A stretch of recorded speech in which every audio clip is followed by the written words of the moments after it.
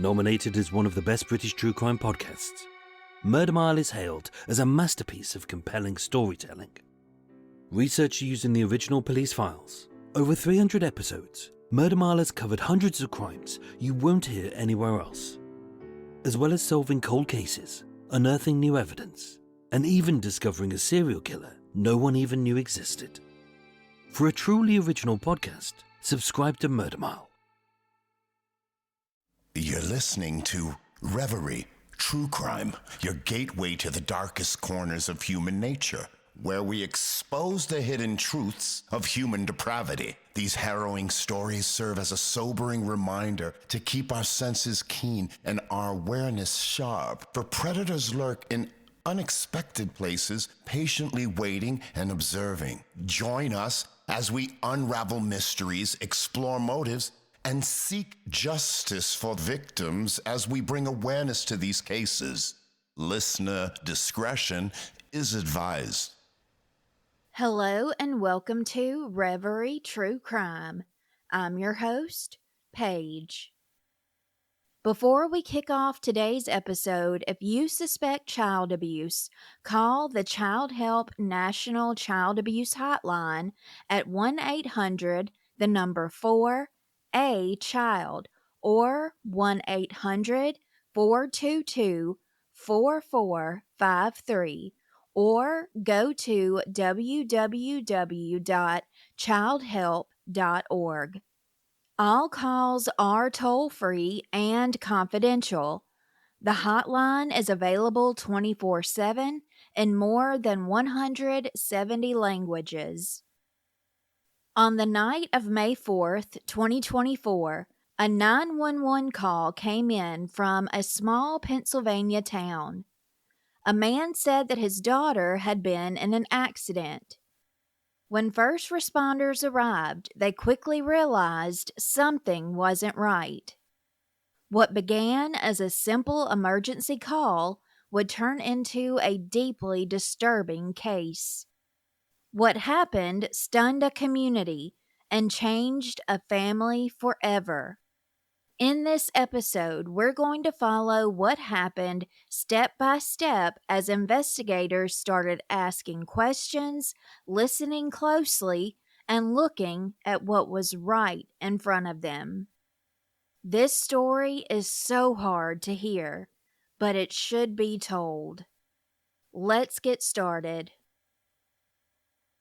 Malinda Hoagland was born on July 4th, 2011 in Pennsylvania.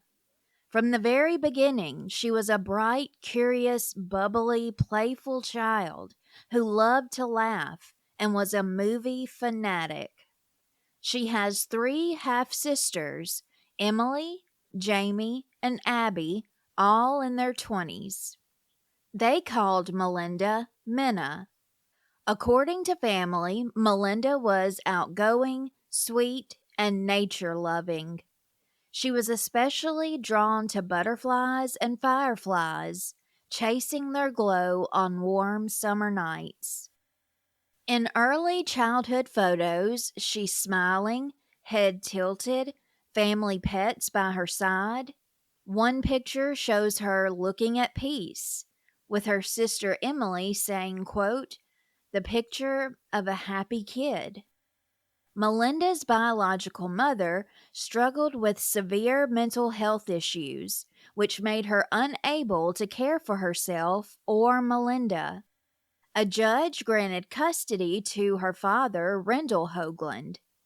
They viewed him as more stable and present.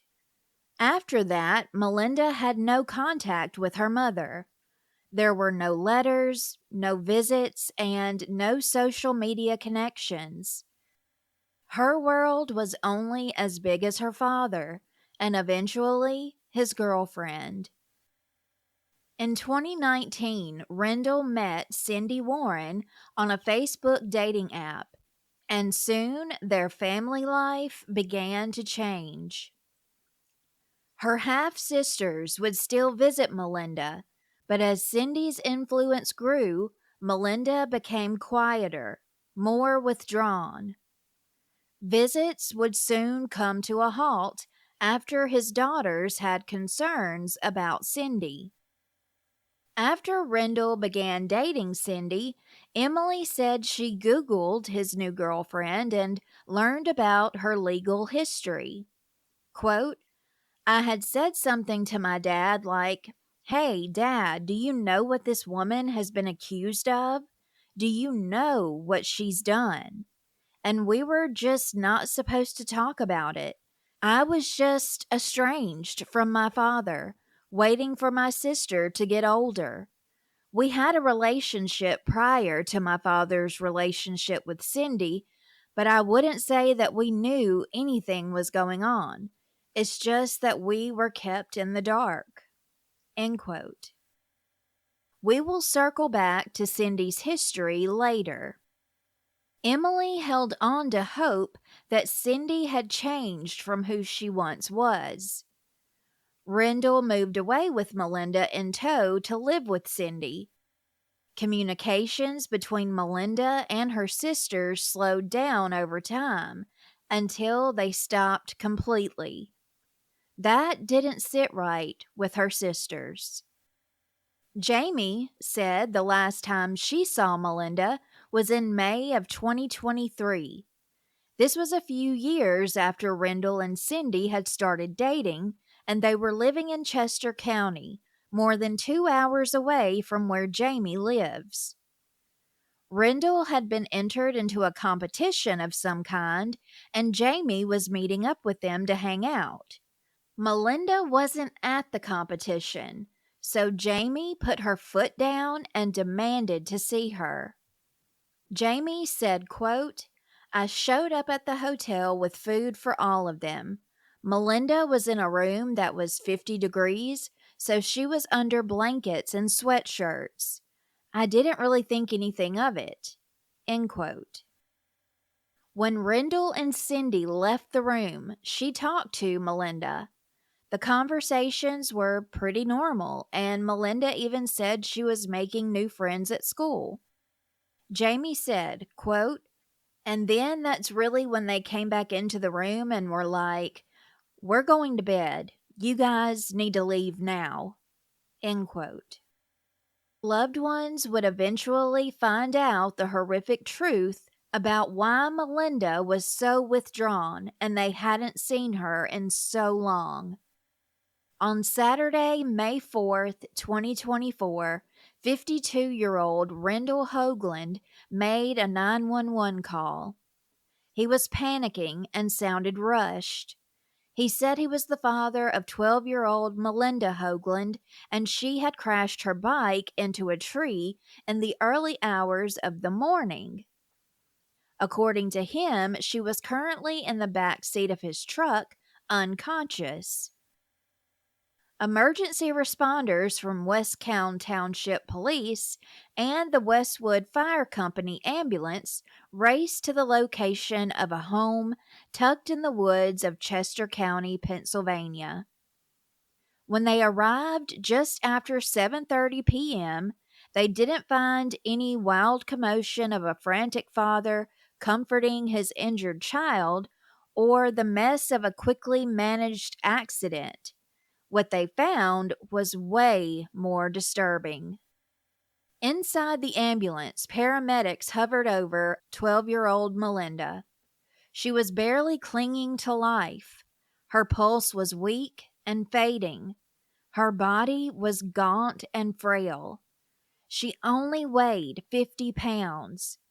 Her face was pale and hollowed, her limbs bruised and bent in unnatural ways. She was in horrendous condition. Police officer Russell Moore stepped into the ambulance and took one look at Melinda. He had seen trauma before, but this was much different. Not only did Melinda look injured, she looked starved and neglected beyond reason. Officer Moore immediately called in Detective Thomas Goggin from the Chester County Detectives. Something about this entire story did not add up. Melinda was rushed to the hospital. Even though the emergency team gave their best efforts, she was pronounced dead at 9:58 p.m. Detectives Goggin and Gerald Davis arrived at the home that same evening to speak with 45-year-old Cindy Warren, who said she was Melinda's stepmother.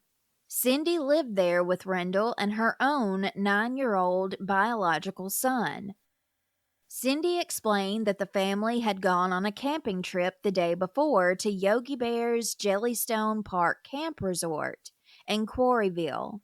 She said it was meant to be a 3-week getaway from their everyday routine, but rain had driven them back home early, sometime on Saturday. Cindy told detectives that when they left the campground, Melinda got into the truck on her own and was really quiet, probably sleeping, she figured.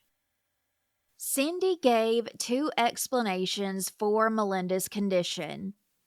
First, she said Melinda had gotten hurt at the water park when she was hit by another child at the bottom of a slide. Then, in the early morning hours of May 4th, Cindy claimed Melinda had fallen off her bike and hit a tree, causing a bump on her head and a little blood on her nose. She said Melinda sat with an ice pack for a few minutes and then kept playing cornhole and running around with the dog until about 3 in the morning. But as investigators looked closer, Cindy's story began to fall apart. She claimed Melinda had pancakes later that day. She said Melinda had been drinking Pediasure, taking vitamins, and they had an upcoming doctor's appointment scheduled for May 16th, 2 weeks away, in the Pocono Mountains. But when the detectives examined the Pediasure bottle that Cindy pointed to, it was nearly full. Then came the search of the house. Inside Melinda's room was a desk where Cindy said she did her online schooling, but there were no toys or TV. There were no signs of childhood joy anywhere. Her brother's room, however, had a large television and video games. Melinda's space was bare and cold. They found notebooks with scribbles and a list of her favorite things. Almost all of them were foods and snacks. Cindy handed over her cell phone and consented to a search. Investigators quickly noticed something weird. Every text between her and Rendell prior to 9:30 that night had been deleted. Yet texts with other people went back much further. That was the first sign that something had been scrubbed away. The next morning, detectives interviewed Rendell Hogland at the hospital. He stuck to the same story. It was a bike accident and a bump that happened at the water park, nothing more. He said he gave Melinda an ice pack and that she was fine. She had a pancake and continued to play. But when he showed detectives a picture of Melinda from just 4 months ago, taken on January 5th, 2024, the difference was absolutely stunning.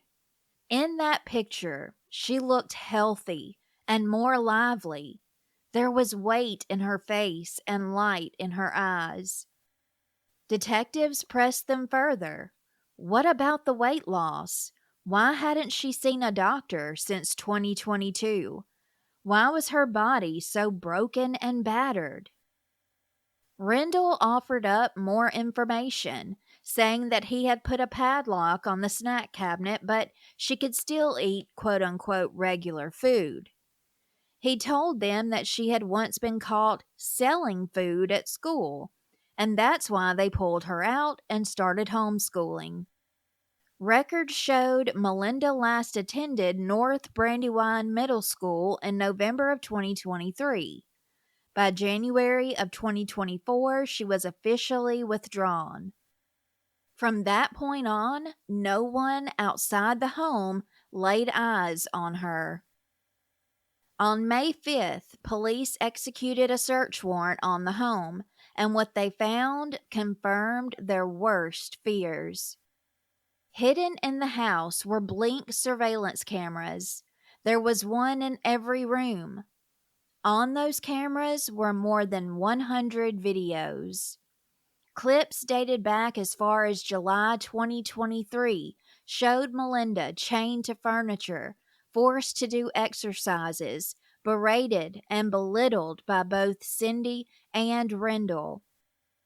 In one video from January 1st, 2024, she's shackled to an air hockey table. In another, she's holding her arms in the air for hours while Cindy yells at her through the speaker. February 7th at 3:04 a.m., Melinda is shackled, asleep on the floor with no blanket and no pillow. At 7:35 a.m., she's awake, still shackled, arms raised. She's seen doing squats, crying, and reading while chained. The videos also show her marching in place for hours at a time. She would be punished for trying to sneak food, not smiling while doing her schooling over Zoom, forgetting chores or homework, failing to sit properly, failing to continue with forced exercise, or if she urinated on herself while cuffed to furniture. At times, Melinda would say thank you just for being allowed a 10-minute break. By April of 2024, she's eating skin off her hands, and by May 2nd, Melinda is shackled to a desk doing homework while Cindy yells through the speaker, "Have a nice life. Bye, bitch." The investigators had seen enough. The digital trail of abuse was dreadful and exhaustive.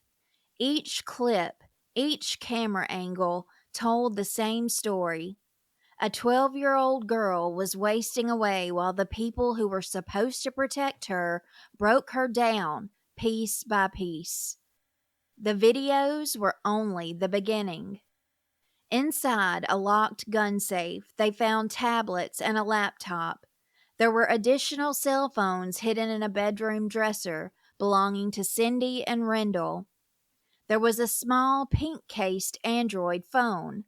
That one belonged to Melinda. Rendell's iPhone was also taken as evidence. That same day, the investigators turned their attention to the Jellystone campground. The camper where Rendell and Cindy claimed Melinda fell and hit her head was still parked there, and a search warrant was executed. Inside, things were neat and tidy, a little too well kept. The camper had clearly been cleaned. Still, detectives found blood-stained pants and a pair of girls' underwear in the trash.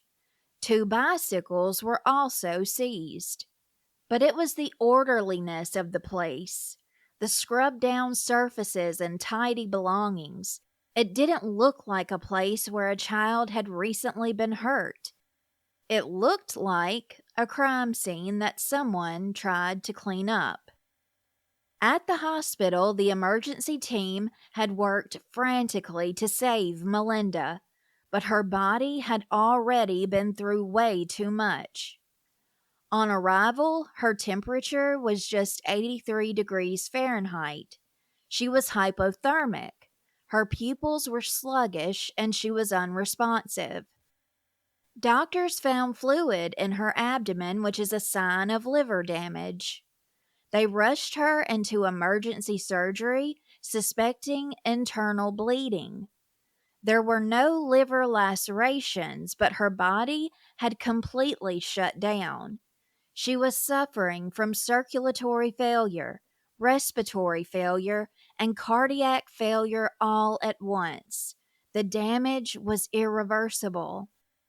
Her body was covered in about 75 bruises, contusions, ulcers, and pressure sores, including her neck, forehead, chest, and both knees. There was a deformity in her right arm and leg. She also had a deformed left leg. Melinda had fractures in both wrists and ankles, a fractured L3 vertebra, a fractured right inferior pubic ramus, bilateral chest contusions, and a liver contusion. One doctor looked at the detectives and said outright that the child's emaciated and physical condition alarmed them and should not occur in this country. Rendell's version of events had never added up, but now it was completely disproven. When pressed, he described their quote-unquote discipline methods.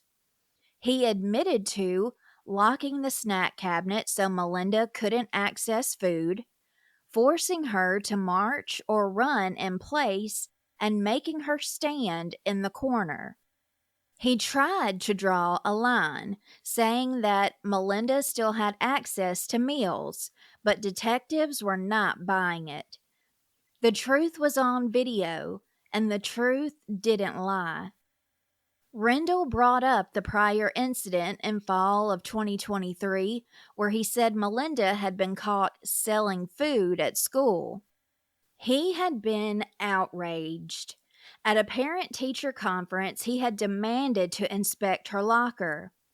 He claimed that he found she was hoarding food. He was so angry at how the school handled it that he pulled her out. Melinda never went back. By January 3rd, 2024, she was officially withdrawn from public school. After that, she had no contact with teachers, counselors, or nurses. There was no way now to be around those who might have noticed the bruises. No one who might have helped.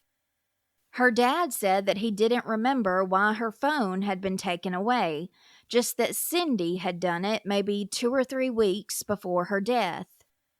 When asked if Melinda had any interactions with others, like any Zoom calls, any social contact, her dad said she probably talked to her friends, but he couldn't name a single one.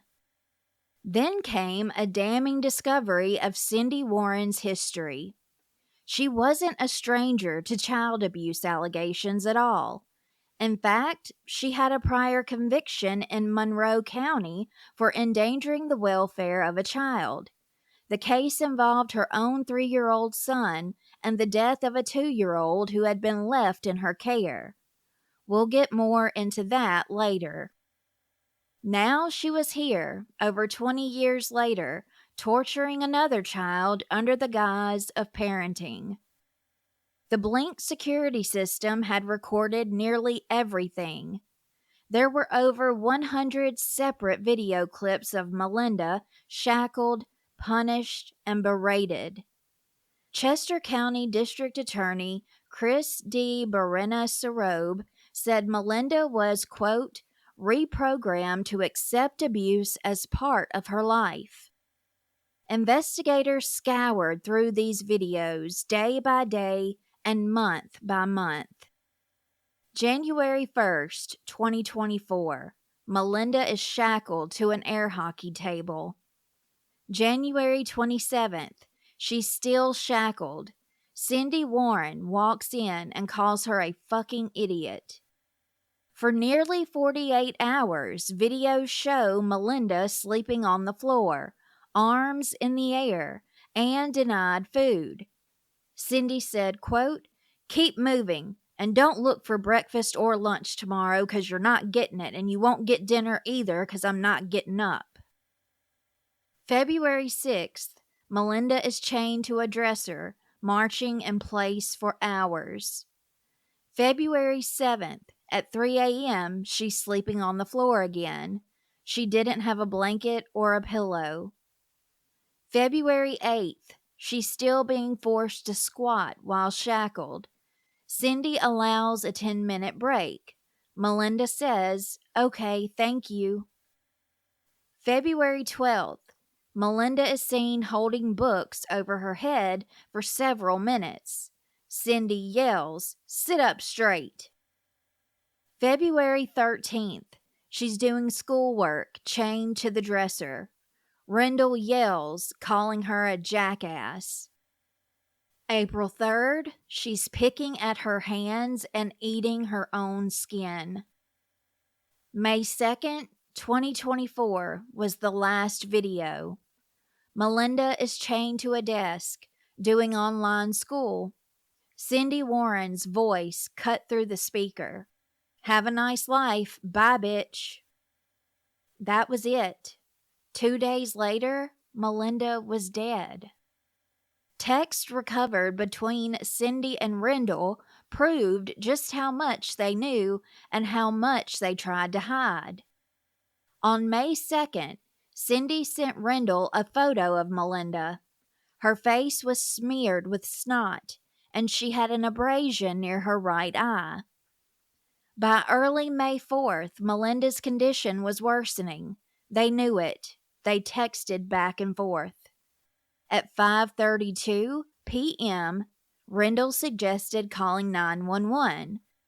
Cindy replied, quote, "Run her, don't call an ambulance." They waited nearly 2 more hours until finally calling 911. By then, Melinda had lost her chance at survival. One of the detectives in the case summed it up in clear and damning terms. Melinda had not died suddenly. She had wasted away for months as she was slowly starved, physically broken, and emotionally tormented. The abuse didn't happen in a flash. It happened over time with intention, and it was covered up with lies, manipulation, and technology. The people who were supposed to protect her, her dad, and his girlfriend, who were legally responsible for her care, used seclusion, surveillance, and cruelty to rob her of everything. The Chester County District Attorney said, quote, "Doctors found a child who was emaciated. She weighed 50 pounds. She was covered in bruises. She had half a dozen broken bones at least. Her organs were failing, and ultimately she died while she was being treated at the hospital. The two subjected the girl to evil and torment that no child should ever have to endure, and they did it for months. I am grateful to every first responder and law enforcement officer who has worked tirelessly on this case. Together, we will get justice for Melinda." End quote. At the time, both Rendell and Cindy were facing attempted homicide, aggravated assault of a child, unlawful restraint, recklessly endangering another person, endangering the welfare of a child, and conspiracy kidnapping. More charges could be filed later. When they were arrested and jailed, their bond was set at $1 million. Superintendent Dr. Catherine Van Voren said in a statement, quote, "Our staff diligently reported concerns about her welfare to the state agency that receives and manages concerns. Shortly thereafter, she was withdrawn from our schools. This news shakes our entire school community, and we are deeply saddened and upset by the horrific details of the abuse this child suffered." Now, let's go back even further. Before Melinda, there was Jessica, and after Jessica, there was Isaiah. On January 5th, 2007, an anonymous call came in to Monroe County Children and Youth. The tip was urgent and specific. A 3-year-old boy named Isaiah was locked in a room for days.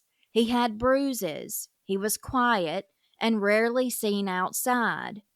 Sometimes he was locked out of the house entirely. When his siblings were not in school, they were reportedly allowed, encouraged even, to beat him. That day, Detective Susan Lyon and a children and youth caseworker responded to the call. They knocked on the door and were greeted by two of Cindy and her husband McKinley Warren's sons, still just kids themselves.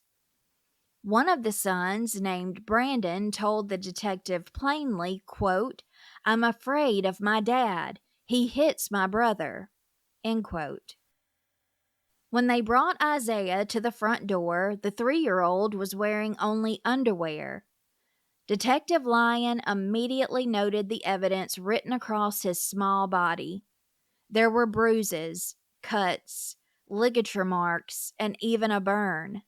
His head was covered in contusions. They rushed him to Pocono Medical Center. There, both sons, Brandon and McKinley III, confirmed what they'd been living through. They said their father, McKinley, beat Isaiah repeatedly, and yes, they said their mother, Cindy, was there. She saw it. Cindy was brought in that same night for questioning. And this time she talked. She admitted to police that she had witnessed Isaiah's abuse many times. McKinley hit the boy not only with his hands, but with a belt and the buckle of it. She described how McKinley would force the toddler to walk up and down the stairs with his arms above his head.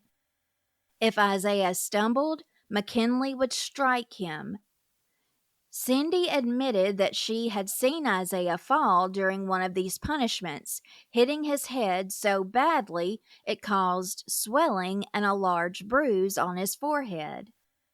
She said she was scared that he might not wake up, so that night she stayed up with him. Not to protect him from the next beating, but to make sure he didn't die in his sleep. She knew and did nothing. She confessed, quote, "I should have done something." But she didn't call the police. She didn't take Isaiah to a doctor or leave McKinley. She didn't try to save Isaiah. The details, down to every last bruise, burn, and belt buckle mark, indicated that this was not just the doings of a violent man, but of a woman who learned to live with violence, who accepted it, enabled it, allegedly likely participated in it, and covered it all up. The toddler, a prosecutor said, looked like, quote, "a prize fighter who had been through a title bout." Eventually, McKinley did plead guilty for abusing his 3-year-old son, and he had a confession to make. That he caused the head injury that killed his 2-year-old daughter, Isaiah's half-sister, Jessica Bach, in December of 2000.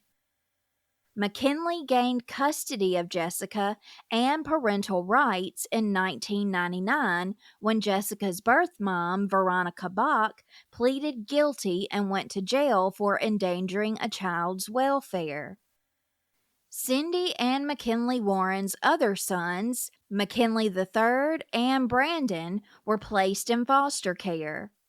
Their third child, Mariah, was born in 2001 and shortly put into foster care too. Isaiah, after his birth in 2003, was also put into foster care, but they later regained custody of all four, despite a record of the couple's troubled history and the death investigation of Jessica. All these times that her children were taken away from her after she gave birth, she acted like she didn't really care. Stroud Area Regional Captain William Parrish said, quote, "Jessica was in fine physical health when she went to live with the Warrens. Isaiah was in similar health when the Warrens regained custody of him, but both children's health suffered when they were in the Warrens' custody." End quote. Cindy said on December 1st, 2000, she called McKinley to come home and change Jessica's diaper because she had just finished painting her nails and didn't want to mess them up. When he got home from the bar where he had been slamming drinks, he was pissed off and hit the baby in the head. They took Jessica to Pocono Medical Center where they told staff that she had taken a tumble out of their parked car and hit her head on a curb. The 2-year-old was flown out to Philadelphia to the Children's Hospital where she passed away. At the time, Cindy's friends described her as a kind, fun, and loving mom who was also being abused by McKinley. Her friend Diane said, quote, "Unless you've walked in Cindy's shoes, you can never understand what she's been through. 3 times she was denied a protection from abuse order for herself and her children. Whenever she called the police to her home, she would always be the one who ended up being taken away in handcuffs, not her husband. He knew how to twist the truth. The day she lost her children is the day her sentence started." End quote. In 2009, Cindy made a deal with prosecutors and pleaded guilty to allowing her ex-husband to beat their then 3-year-old son, Isaiah, and she was sentenced to 3 to 7 years in state prison. Cindy was charged with endangering the welfare of a child. She didn't get charged with homicide in the death of her 2.5-year-old stepdaughter, Jessica, since she cooperated with investigators and testified against McKinley, who was sentenced to 25 to 50 years in jail. Cindy's friend, Natasha, said, quote, "I've known Cindy for 20 years. She was a very good mother. But when her husband was around, she had no voice. Nobody knows what she went through." Cindy's brother, Raymond Coons, said, quote, "Cindy has been a very loving person ever since she was a little girl. She's never done anything to take away my respect for her. She kept calling authorities who did nothing, until finally it took an outsider calling for them to do anything. Just being away from her husband is a good thing for her, but for her to now lose her freedom is unfair. She doesn't deserve this." Stroud Area Regional Captain William Parrish was the one to investigate the death of Jessica and the abuse of Isaiah. He was fighting back tears as he said, quote, "To say she did all she could to get the authorities involved is erroneous. At any time, she could have identified her husband as the one who caused her stepdaughter's death and abused her son, but she refused to do so. Instead, she lied with her husband about how Jessica got hurt and left it to a neighbor to report Isaiah's abuse. Whenever neighbors complained about her and her husband being drunk, loud, and boisterous, and we responded to their home, she would be the one who remained loud and disorderly while her husband calmed down, so she would be the one taken away." End quote. He even told the judge that he went to the Warrens' house later that evening to question them about Jessica's injury, and instead of being at their daughter's side in the hospital, they were getting ready for bed. He explained how the Warrens barely showed a reaction at all the following day when they were told that Jessica passed away. Isaiah was then placed with McKinley's relatives by Monroe County Children and Youth Services. The judge told Cindy, quote, "The prosecution has to offer a plea agreement to the less culpable spouse in efforts to elicit testimony needed to bring the other spouse to justice. I know that's how it has to be, but I wish we had independent evidence to prosecute both of you in Jessica's murder. Giving birth does not make you a mother. I don't care what your husband did or said to you. As a mother, Fear for your children should trump fear for yourself. You took no advantage of countless opportunities to get yourself and your children out of an abusive situation. Not only did you defend your husband while police were investigating Jessica's death, but you later went to other counties to get back the children who had been taken from you while the investigation was still pending. Had that neighbor not reported the abuse of Isaiah, we might very well have been here today in the case of another child's murder. End quote. Then, on May 4th, 2024, years later, when Melinda died, knowing what Cindy had already been accused of, her half-sisters, Jamie, Emily, and Abby, felt the world crumble beneath their feet. Unfortunately, their worst fear and the worst possible outcome had happened. A few weeks later, on May 17th, the three sisters gave a statement through their attorneys. Quote, "There is no how-to guide to navigate the alleged murder of a child, a sister, a granddaughter, a niece, or a cousin. The paternal family of Malinda Hoagland is grieving, questioning, and leaning on each other for love and support. We also acknowledge the impact that her death has had on the communities she was a part of. We are putting our faith in the justice system that those who are responsible for the death of Melinda will be held accountable and punished to the fullest extent of the law. We are fully cooperating with law enforcement to bring justice for Melinda. We wish to place our focus on the beautiful, sweet girl Melinda, who we all loved and continue to love very much. We are asking the community to be vigilant and use the National Abuse Hotline, 1-800, the number 4, a child, or Childline in Pennsylvania, 1-800-932-0313, to report any suspected child abuse. This is anonymous reporting, and your report will be forwarded to the appropriate agency. And of course, in an emergency, please call 911. As we seek justice for Melinda, our goal is to focus on the future and work with law enforcement, agencies, and legislators to ensure that repeat offenders can never hurt another child. Melinda's life and death will not be in vain. Evil never has the last word. We appreciate the support from the community, and we ask that you join us on our Facebook page, Justice for Melinda, and use hashtag Justice for Melinda to receive updates, to learn about the amazing girl that Melinda was, and to help us be agents of change. Thank you."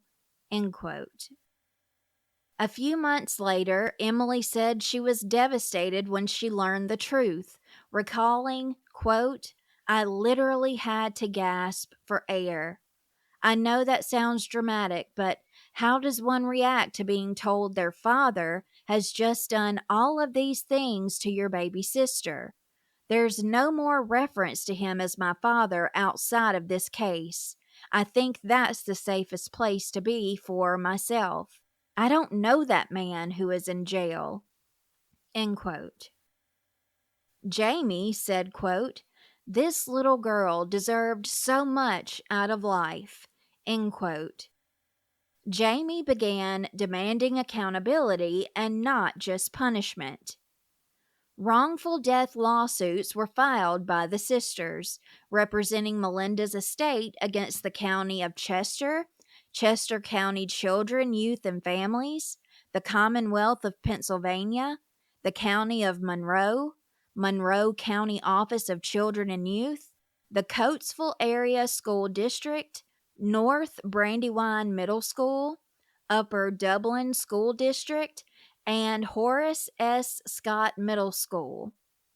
According to a statement on the lawsuit from the sisters' attorneys, the suit alleges wrongful death, repeated violations of the state-created danger doctrine, and overall egregious negligence and recklessness, reflected in multiple additional claims among other allegations. The suits push for systemic overhaul, arguing that Melinda's death was preventable. In late 2023, the school district reported Melinda's absences, but there were no home visits made. The attorney for the sisters said, quote, "It's clear the child was being starved and abused over a period of time that could have been prevented." End quote.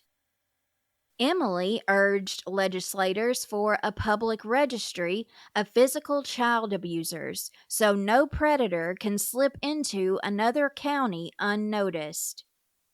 Jamie said, quote, "Now that this has happened to our sister, we don't want this to happen to anyone else." End quote. Their efforts helped to spur House Bill 321, aiming to link Pennsylvania's 67 counties via database to track child abuse convictions, ultimately closing the gaps that Melinda fell through. Their attorney said, quote, "We're pushing for something called Melinda's Law, which is basically a registry for physical offenders. So, yes, there's a registry for sex offenders, as we all know, and everyone can look it up. The general public, jobs, everyone. But there's nothing for physical offenders. So the girls would like to have some kind of registry or database to establish that." End quote. The sisters have also formed a nonprofit in Melinda's honor, focused on child safety, policy advocacy, and awareness. Their advocacy is driven by love and the belief that their sister should never be forgotten. Their fight is her legacy, and their hope is that no other child is left voiceless ever again. A 2020 custody order CBS News Philadelphia obtained clearly states, quote, "The minor child shall not be left in the care of Cindy Warren, father's fiancée, for any period of time exceeding 1 hour unless expressly agreed upon by mother and father through written communication." Melinda was living with Rendell and Cindy, which was a violation of the custody order. Attorneys for the family said their lawsuit won't move forward until the criminal trial is over. That may not be until later this year or in 2026. Jamie told People magazine, quote, "It never does get easier to talk about it. Even a month, even a year from now, it wouldn't be easy to talk about it. But this subject isn't easy, and if we don't have the courage to talk about it, nobody will. And this will go back under the rug where it began, and it can't go back under the rug." End quote. Rendell Hogland and Cindy Warren might not go to trial for several more months, but this is another case I'll be keeping my eye on. Both have been charged with first-degree murder, conspiracy, kidnapping, and aggravated assault, among hundreds of other counts. The Chester County District Attorney said the plans were to seek the death penalty for both Rendell and Cindy. If you suspect child abuse, again, please call the Child Help National Child Abuse Hotline at 1-800, the number 4A-CHILD, or 1-800-422-4453, or go to www.childhelp.org, childhelp.org.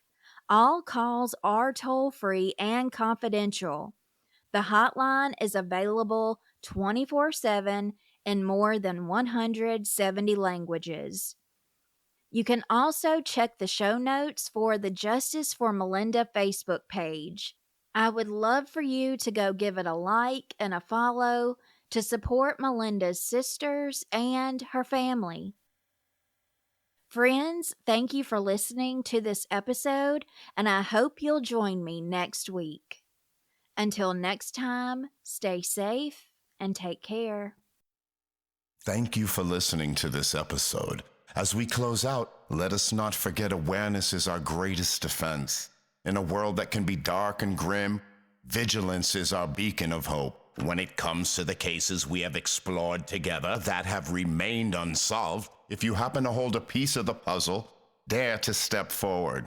As author Lois McMaster Bujold once said, "The dead cannot cry out for justice.